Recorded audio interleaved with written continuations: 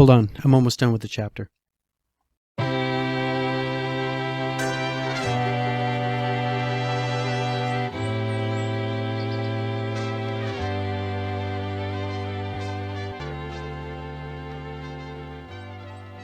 And they settled down and bought a house and lived happily forever. And then they promptly forgot the real estate agent who found them that house. Hi, my name is Charles Ray Dawson. I am the Associate Broker Residential Sales Manager of ProStar Realty. This is the Unnamed Real Estate Podcast, episode 166.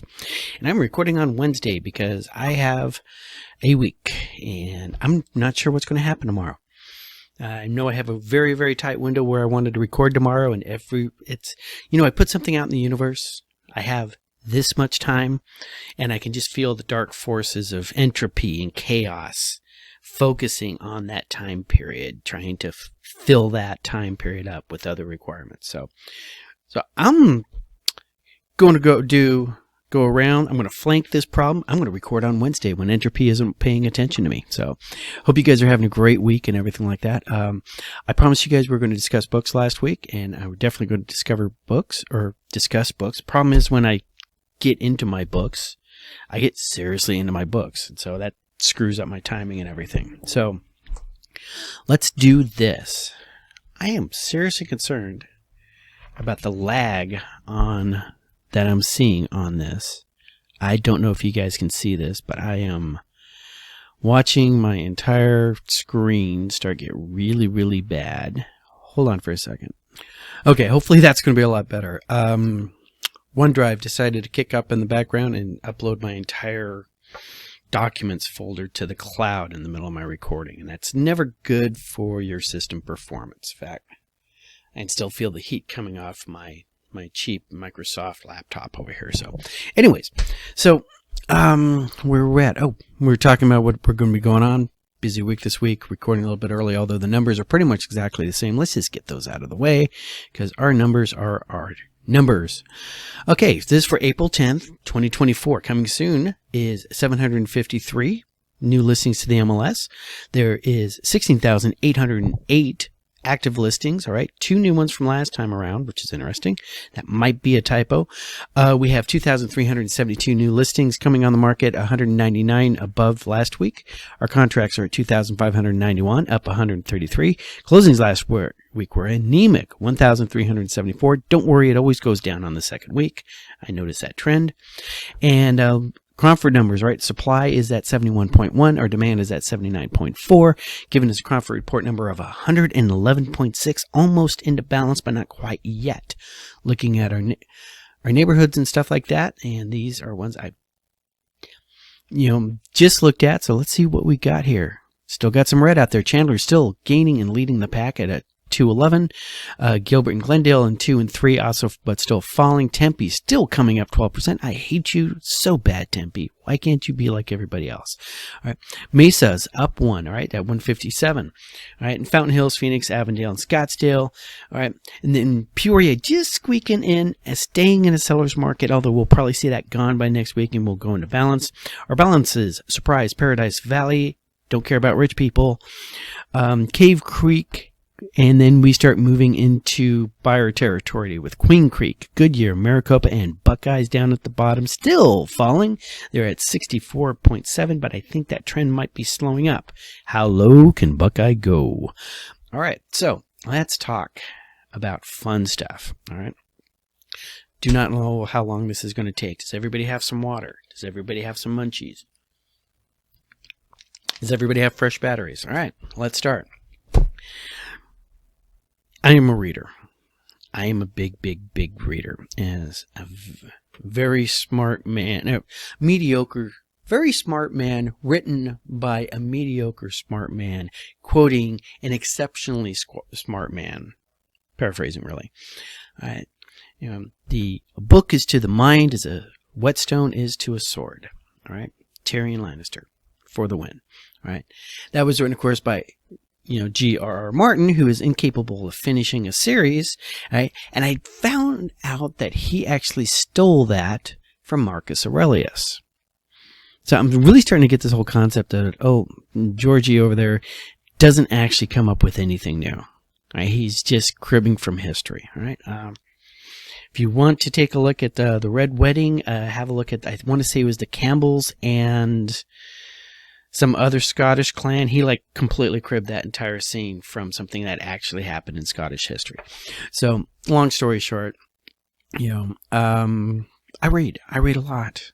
That's how I can tell that he cribbed that from Scottish history, and that Marcus Aurelius said that whole thing first, but hey, hopefully after this episode is done, you will have a little glimpse into the books I consume voraciously. So let's start at the top. If you are a brand new real estate agent and you are getting into real estate and you have passed your test, you have probably used one of those test prep books, maybe took something online, test prep. Either way, there you go. You've just paid a whole crap load of money to the state so you can have a license. You just spent a whole crap load of money with the various associations so you can call yourself a realtor. Right? You just paid money to the MLS. You just paid money to Supra, and I'm going to ask you to spend some more money. All right, about $24. Right? And I'm going to ask you to go out on Amazon and buy this book right here, Arizona Real Estate, A Professional's Guide to Law and Practice. I actually got my first copy of this as a Christmas gift because my in-laws are really big on what do you want? What do you want? I think I get me this book. So read it backwards and forwards. I keep a copy of it. All right, this is a third edition. I had a second edition first. I bought the third edition, gave the second edition away. A little caveat, just understand some things have changed. There is a fourth edition now that I just discovered researching this video. And I'm going to hold off because after this whole NAR thing settles down, I'm pretty sure there's going to be a fifth edition, all right? So this is written by Michelle Lind, all right, who is currently the CEO of the Arizona Association of Realtors. When she first started reading this book, or writing this book, she was the legal counsel. This is the book to go this is my book that I go to first when I'm trying to figure out what a contract, what a phrase in there means, all right? Before I go to Steve. That way he thinks I'm brilliant. That's why everybody thinks I'm brilliant. All right. So, and we'll have stuff in here like interpreting the AAR, Arizona Association of Realtors, residential resale contract. And I will go through here. All right. And it will help explain the various paragraphs. I also use this for training my new agents. As you see, I have little post-it notes on the top. Hey, little pro tip, guys. After a while, my books start getting a lot of post-it notes in it. So what I've started doing is I've started writing a little phrase at the top to remind me of what I put the post-it note in there for. Like, last thing I looked up was employment agreements, all right? So, bam. This page right here is all about employment agreements and listing agreements, all right? So, Michelle Lind, probably has done more for real estate in Arizona than anybody else by coming up with this book. This book is really awesome if you ever need to like just completely bitch slap an agent on the other side. You can pull it back and read a chapter and verse to them. All right. And if you do and say da-da-da, well, who said that? And I said, oh, it's a book that was written by Michelle Lind. You might know her. She's the CEO of the association. So that's that one. So now you're learning up, you're getting more skills, more competency. We'll get back to that in a bit. All right. And starting learning the fundamentals, right? Because the school teaches you a whole bunch of stuff that you don't really need to know. All right. Acreage is always the inside joke. Meets and bounds. All right. That kind of stuff. All right. That's the book that explains the contract and how things are done in Arizona. All right. Now, how do you get work? This is one thing none of the schools teach you. If you're really lucky, you go out there, you find a broker who's going to mentor you in how to develop and build your own business, right? If you're unlucky, you're going to get in with one of those predatory teams who are going to burn you out and never teach you anything except how to work a super lockbox. All right. So this is where I talk to my agents about the two different forms of business, right? You have your A business and your B business. Longtime listeners are probably sick of hearing me talk about this, all right? Your A business is the business that comes at you because you are awesome, because people refer you out. You have closed somebody, they are done, they're in their house, they loved you so much, somebody is visiting that at a party, going, oh, this is a great house. Yes, and my realtor Ray found this for me. And he helped us out of a sticky wicket when we got into, problems in escrow. All right, here's his card. That's A business. All right.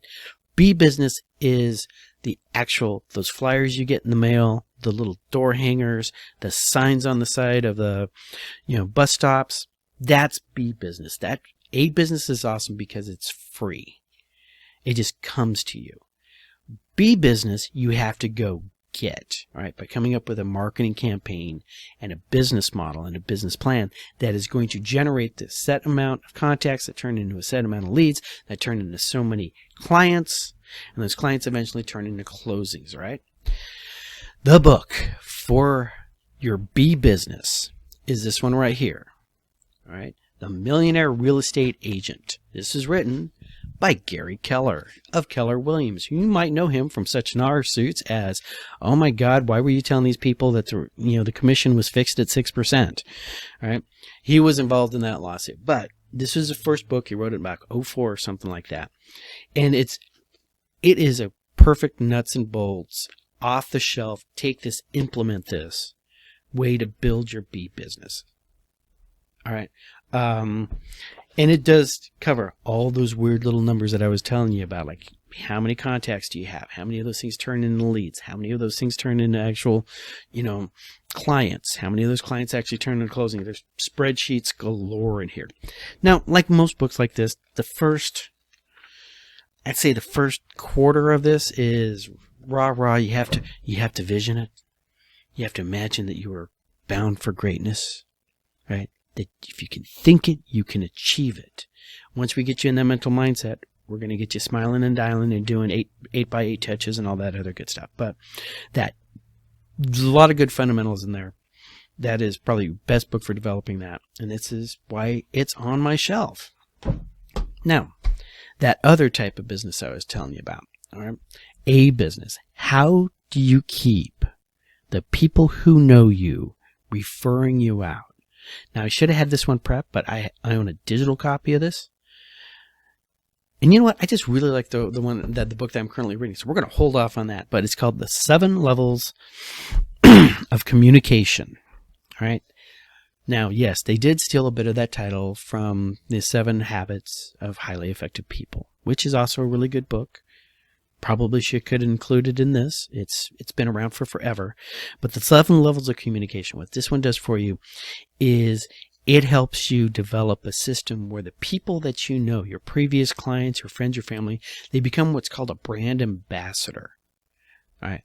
You are so top of mind in their head, and they've had such a great relationship with you and such a great closing, they are almost actively going out there seeking, all right, to find work for you. Some of these brand ambassadors could be lenders. Some of these brand ambassadors could be escrow officers, all right, strategic partners and stuff like that. It's I don't like the format that it's written in. It's tell them about Bob, the real estate agent, his little experiences being a real estate and and then he meets somebody and they got this little thing where they're all wearing rubber bands and snapping them every time they have a negative thought. It's sort of culty. Right, but I really like that concept, all right, of developing this little area, this little sphere, your sphere of influence, and of developing people in there.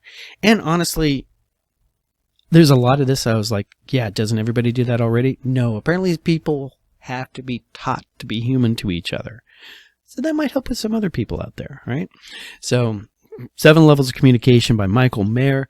I haven't mentioned this before, but every one of these books is going to be in the show notes below with links to the Amazon page, all right, where you can buy that book if you want to. All right, so now we got our A business. Now we got our B business, okay? We got our background understanding how to do real estate. Where do we go from here? Well, this is where you got to find your soul, boys and girls, all right? And I've talked about this gentleman before in this book before. It's back on episode 11 if you want to go tracking all the way back to find it, all right? But this is called The Competent Broker, Seeking Competence and Integrity in the Real Estate Business. I think I covered it pretty good in episode 11, way back then. I was watching that and I'm like, oh God, I look so young. Look at my eyes. What's that? What's going on with my eyes? Oh, that's called the spark of life. Wow. Whatever happened to that? Seriously, what happened? Anyways, the other thing I noticed about that video is that it must have been karaoke night the night before because I'm sounding just like this for a good portion of that video. But went over this in great detail. Rueben Moore actually became a commenter on some of my videos a while back, and we would chat back and forth. He also moved to the Philippines and retired and got out of real estate. There's a life goal for you. Yeah, I could seriously see retiring to the Philippines. I love Filipino food. You know, majority of them speak English. Half my, when I get an offer to have a virtual assistant, they're all going to be out of the Philippines. You know, great country from what I hear from my Navy buddies and stuff like that. Something called Subic Bay. Apparently weird things happen in Subic Bay. Don't know, but competent broker. All right.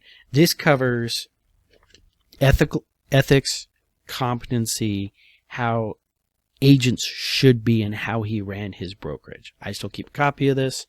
I've referred this to other people to varying levels of success. Right? It is currently on Amazon, and you can get it in a Kindle copy. I don't know if you can get paper copies anymore. Maybe if Ruben is still watching this, okay, he will put something in the comments before where you can go to get a paperback. So, all right. We got business, we got ethics, we got everything going on. And then we sort of hit that plateau. All right. All my A business people are marketing me. All right. I've put everybody I know, including their kids and grandchildren, into houses. How do I improve my business more?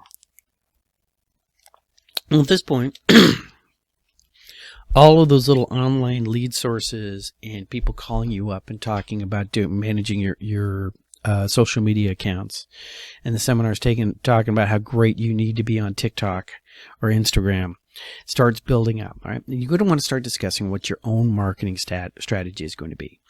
Now, I'm one of those people, if I want to learn something about something, I go out there and buy used college textbooks. Seriously. And sometimes I just want to learn something new. It's like, hey, I knew I took statistics in college. Let's review that. And I go find an early statistics textbook and I reread it just to get that 100 level understanding of something. So I went and asked a person I knew who taught marketing. All right. What book would you suggest? And he suggested a book. It's called The Fundamentals of Marketing by Edward Russell. And I went, wait a minute. Ed, is your first name Edward? He goes, yeah. And I went, is your second name's Russell? Wait a minute. Is this your book? He goes, yeah, this is my book. So he was actually the benefactor of my choir for quite some time. I've met and drank with him, which is always a really good way to make sure I like you. I think he even bought me alcohol, which is a great way to get me to like you. All right. And problem with this time of day and stuff like that is I do not have the lighting to read black text on a red background. That's why he's in marketing and not graphics design. All right. Professor of Marketing at the S.I. Newhouse School of Public Communications at Syracuse University, New York. All right. 100, one could say, the fundamentals of how marketing works, right? And it doesn't have to be his book. You can find these, and I link to them in the show notes below. And a couple days ago, I found an old memory where I had posted a picture of this, and he said that there's newer copies or something out there. So this generation, I'm not sure which, it's college textbook. They come out with a generation every year, a new edition. So college students aren't going to suddenly just sell their probably $175 textbook brand new from the campus library, campus bookstore. I don't know. Maybe I'll ask it. So how much did that book cost new? So anyways, now you're starting to develop marketing, right? Now you're starting to develop the very concepts of branding, messaging, all of that good stuff. I take it to one more level, and there's this really great book out there called Hey Whipple Squeeze This, all right, which I literally heard referenced on a podcast. And it's usually a good thing in a podcast when you're sitting there minding your own business, and then one side suddenly goes, hey, wait a minute. Have you read this book? And the other guy goes, yeah, I love that book. And they start talking about how great the book is. And these two people that you like and admire, go read the books that they're suggesting. You get in some really weird books that way. But hey, Whipple Squeeze This. And I'm trying to get it to the point where it will actually display. I'm currently reading this one again. So that's why I don't want to lose my place. But it's written by a guy who talks about advertising, marketing, that kind of stuff. got examples of great marketing campaigns, great marketing ads in there, and why they work, right? Because you can go two ways. You can go out there and have your own, pay somebody, almost like that A business and B business. You can go pay somebody to generate an ad campaign for you. But how do you know it's going to be good? All right. How do you know it's actually going to work in your market? All right. How do you know it's really going to reflect your brand? We've talked about branding. You should have your own personal brand by now. It is going to reflect your strengths and your own personal narrative, and that your strengths and personal narrative is what you're interacting with other people through. When you need to get to a point where you need to actually start promoting, getting more of that B business out there, Facebook ads, Google ads, whatever you want to put out there, you're going to want to come up with a really great message, all right? A message that reinforces your brand. So that's why I'm reading that book right now. And I got a lot of great notes on this, right? Things that I'm just sort of picking up, like, ooh, now hope. Let's check that out. Maybe I can give you an example of one of my notes I've kept in this.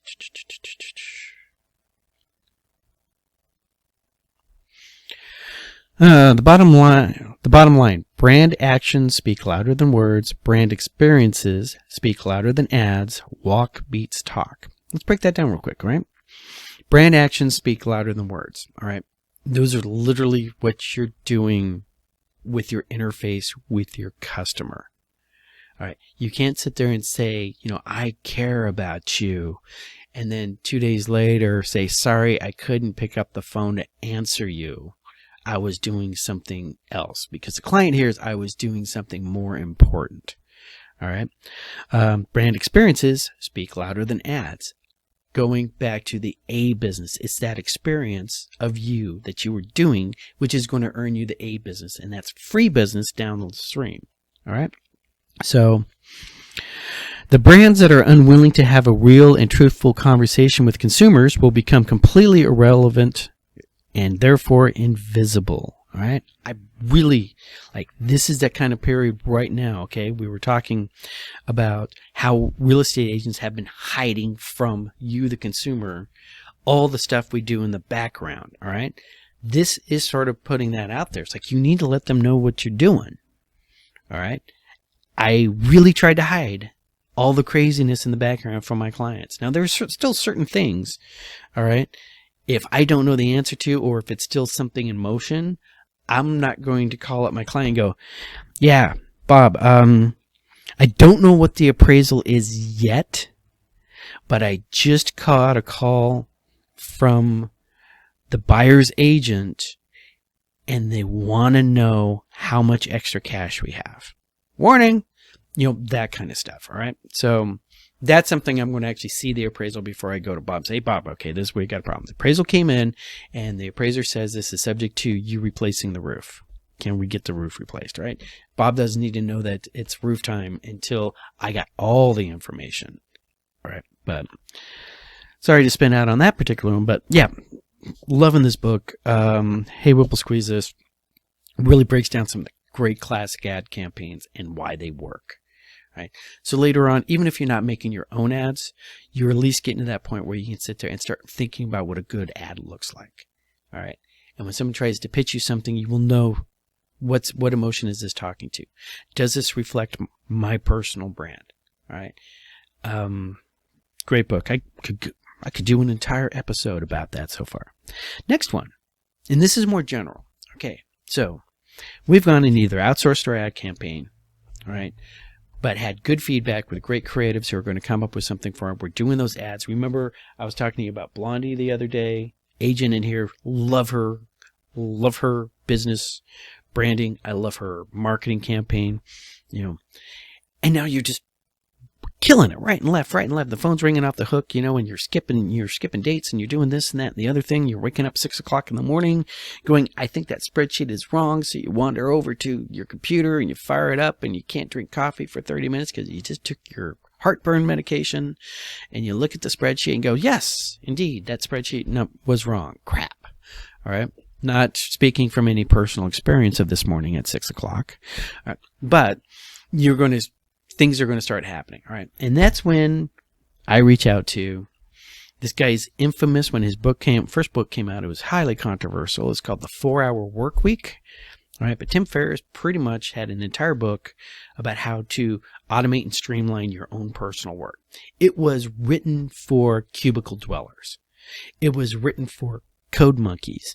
It was written in such a way to encourage you to get to the point where, think about how much time you lose answering email. What happens if you put a little thing on there? Hi, thank you for sending me this email. I only check email at 10 o'clock in the morning and at 3 o'clock in the afternoon. If this is an emergency, feel free to call me at this number. Otherwise, I will respond to you then. All right. And then that's when you check your email. So you're not doing this constant checking email. Oh, yeah. And you're trying to do something creative and, oh, got to check this email. Oh, now I got to take care of that kind of stuff. And how to train the people that you interact with. So you can't do this in real estate, people. All right. I know agents on the other side who try. All right. Customers do not like that. But in this particular case, you don't have a customer, you have an employer. And then after that, you start working at, hey, how do I work from home? I get more done. And then pretty much you're literally at the point where you're checking email. You've outsourced your entire job. You have coders in India doing your code. Wonders abound, right? And then he started writing more and more books, all right, based on this 4-hour theme, the 4-hour body. Great exercise. There's a lot of my personal diet program that is still wrapped up in the WAT. I still use exercises from 4-hour body. I'm the kind of personality type where if you explain to me what's happening in my body, when the glucose hits, I will be a lot more comfortable in implementing new changes and stuff. So, and then he's got so many books, I literally just have a copy to his blog at the bottom. All right, 4-hour cook chef. Different cooking techniques, and you practice each technique by cooking one meal. This is sort of how the thing works. And then his final book, which I got, it's called Tools of Titans. This is a great motivation book, and I like to go through here, and it's sort of a summary of all his interviews that he's done. 3 or 4 pages per interview, and just the highlights. Other things I've noticed that is really interesting on this is he's a data kind of guy, so he took all these interviews, sort of clumped them all together, looked at the data, and realized there's a lot of commonality in things, right? 80% of the people who are interviewed have some sort of meditation. And I did not realize this at the time, or maybe I forgot it, but they also cover war music. They also come the concept of, a good chunk of these people, how many was it? They will listen to a single song on repeat for focus, all right? And there's a list of songs that other people use. When you need to focus, when you're trying to be creative, you're trying to come up with your great ad copy. You're sitting there trying to come up with your listing description of this particular property without saying, this South Central unique historical property was originally built in 1948, burned down in 1952, and you can still smell the rustic essence of burnt creosote. You don't want to say that, all right? So you're trying to come up with something else like that. So when you're trying to get creative on these things, putting a song on loop. They suggest Last of the Mohicans, which is a great soundtrack, but that song puts me in completely different areas. All right, so I can't use that as a creative song. But what is this? What has Tim Ferris done for us at this point? Okay, this is, work-life balance is a word that a lot of people like to throw around, and when you get to a certain point, you really need to start optimizing certain things. All right. Otherwise, you will burn out. All right. So Tim Ferris, he talks to a lot of people who've been way, way more successful than anybody in real estate. I do not think he's ever had Keller on. He's never had Robert Kiyosaki on, because the people that he interviewed makes much more money than that. Right? But they all started from scratch, from zero. So, and then the final one, now that you're completely spun out, is where a lot of Tim Ferris actually winds up stealing stuff from. A lot of people start stealing a lot of stuff from. All right. And like where George R.R. Martin stole from, and that is Marcus Aurelius' Meditations, which has been around so long you can find free copies of it everywhere. Right? Stoicism, I think, needs to be the guiding philosophy when it comes to real estate for all sorts of various reasons. I could get an entire Stoicism and real estate class on that. All right. But I noticed Tim Ferris has an entire series called The Tao of Seneca. He condensed Seneca's, one of the pre-founders of Stoicism. All right. That there was actually a conversation once I heard that Marcus Aurelius might have actually met Seneca because they're like running around at the same time.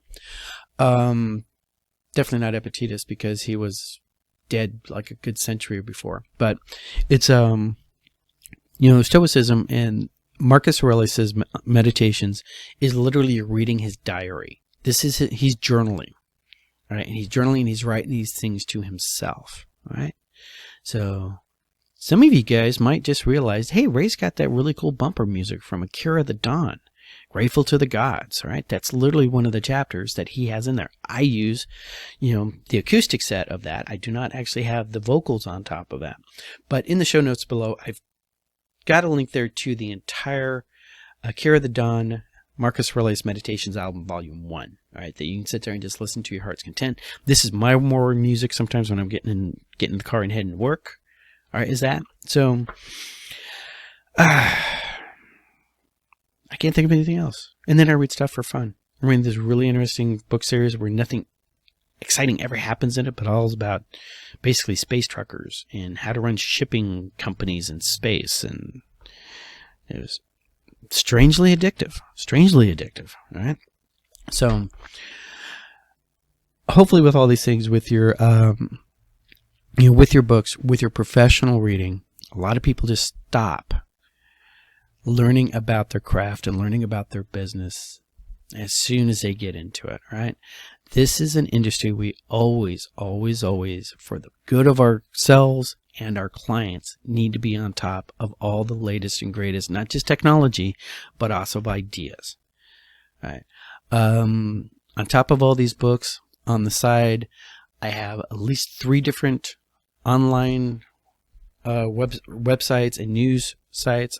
I have a subscription to Inman, right, which is sort of the counterculture real estate news organization. I follow various other places. Remember what I was talking about, how that works, okay? By the time you hear it on CNN, all right, I've already seen it a month earlier. All right, because we're seeing it on the field, and then trade publications actually have something to do with the industry, start talking about it, and then the business starts talking about it, and next thing you know, they're talking about it on The View. All right, and I have to sit there and listen to Senny go, oh, God, how does she get paid more than me? Serious. But, constantly keeping an update, keeping up on this, and you probably should seriously consider carving out a personal portion of your day to do nothing but business reading. I read the business stuff when I'm eating breakfast. I have it on my phone as much as possible, so when I have downtime, I am reading, the latest book, the latest business book. I have other Kindles and stuff for the fun stuff, but I don't bring that Kindle to work. I don't bring the fun stuff, otherwise I will be out there. So, hey, so we're reading, we're kicking back, the sun is shining, we're at the pool, watching the kid and dogs, especially that dog, the dumb one. All right. We go driving. We're not reading and driving at the same time, although I have done that on long road trips. All right. But we are not going to be driving anything flooded if it's a flash storm. All right. We are going to be working our circles now more than ever because now we have more access to those different circles. And we're going to have a great weekend and going to read some books. Guys, thank you very much, and I'll talk to you guys all later.